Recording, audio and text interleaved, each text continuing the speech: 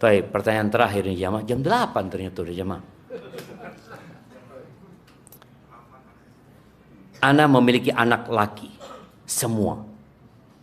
Ana sering sekali mengingatkan anak-anak untuk sholat di masjid. Tetapi suami Ana lebih sering sholat di rumah. Terkadang Ana kesel kepada suami. Tapi Ana bingung bagaimana cara menegurnya. Karena sudah pernah berkali-kali diingatkan. Jadi kadang Ana suka marah, melampiaskan kepada anak-anak. Karena sebetulnya Ana kesel kepada suami. Ana suka nggak enak hati dengan anak. Karena suami jarang sholat di masjid. Padahal seharusnya suami yang mengajak anak. Mohon sarannya Ustaz. Engkau cari 1000 alasan. Agar anak-anak tetap menghargai bapaknya. Kalau bapaknya sholat di rumah, umpamanya katakan kepada, nah, engkau perlu pahala yang banyak. Mungkin ayahmu capek. Mungkin ayahmu lelah. Cari alasan. Sehingga sang anak ini memaklumi ayahnya. Tapi kalau engkau kata, nak, jangan kayak bapakmu. Waduh, itu sudah anak ini, oh berarti bapak ini nggak soleh kata dia.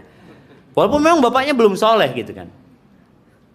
Anak dapat apa? Kiriman bapak-bapak yang sholatnya rajin di rumah itu, bapak yang solehah kata gitu. Nggak, alhamdulillah, alhamdulillah. Engkau punya suami yang sholat, alhamdulillah. Bersyukur. Cuma mungkin dia tadi belum ke masjid. Bagaimana engkau mendidik anakmu tetap menghargai bapaknya dan anak itu tetap sholat di masjid? Dengan cara tadi mencarikan alasan kenapa bapaknya sholat di rumah. Engkau alhamdulillah, engkau sehat nak. Engkau masih kecil ya. Engkau bisa berlari. Kalau bapakmu ya boleh jadi dia sudah capek pulang dari kerja. Maka bismillah, engkau doakan bapakmu ketika engkau ke masjid. Dan setiap engkau mau ke masjid, engkau datang izin sama bapak. Ya, aku ke masjid ya.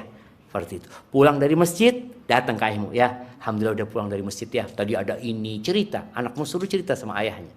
Sehingga lama-kelamaan yang ngajak itu bukan ibunya lagi, tapi anaknya. Ya, ayolah ke masjid ya. Aku kepingin digandeng sama ayah ke masjid. Cuma seperti itu. Tapi kalau sang ibu mengatakan kepada suaminya, sini kau, duduk sini. Suaminya digini, jangan gitu loh.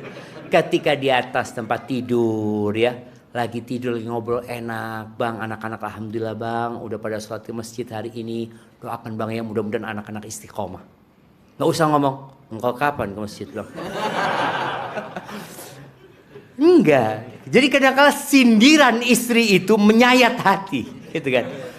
Maka nggak usah disindir. Tapi diminta untuk mendoakan anak-anaknya. Terus seperti itu. Insya Allah lama-kelamaan semoga sang bapak jadi ke masjid. Soleh gitu kan. Insya Allah jamaah. Alhamdulillah. Jadi banyak bersyukur ya. Banyak bersyukur dapat suami yang masih sholat. Karena ada suaminya yang belum sholat. Ada yang sholatnya bolong-bolong. Tapi semua itu insya Allah dengan memohon kepada Allah. Dan berjuang Allah kasih kemudahan.